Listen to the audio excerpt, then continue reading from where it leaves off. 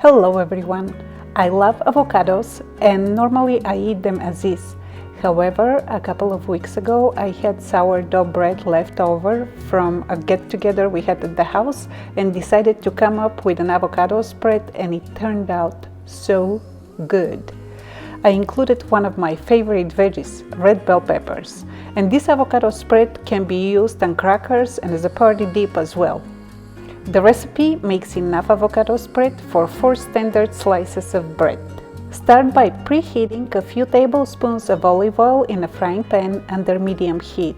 While the oil is preheating, slice 1 red bell pepper into 1/4 inch thick strips.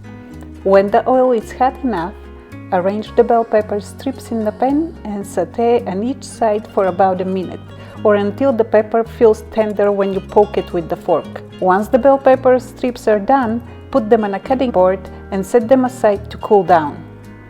While the peppers are cooling down, in a bowl add 1 whole avocado, 1 clove of minced garlic, about a teaspoon of freshly squeezed lemon juice, and a pinch of salt, and using a fork, puree the avocado and give the ingredients a good mix. When done, chop the roasted bell peppers, add them to the bowl, and give it another good mix. Instead of toasting the bread in a toaster, I like to sprinkle some Parmesan cheese on the slices of bread and broil them in the oven for 3 to 4 minutes, or until the Parmesan cheese starts to melt slightly.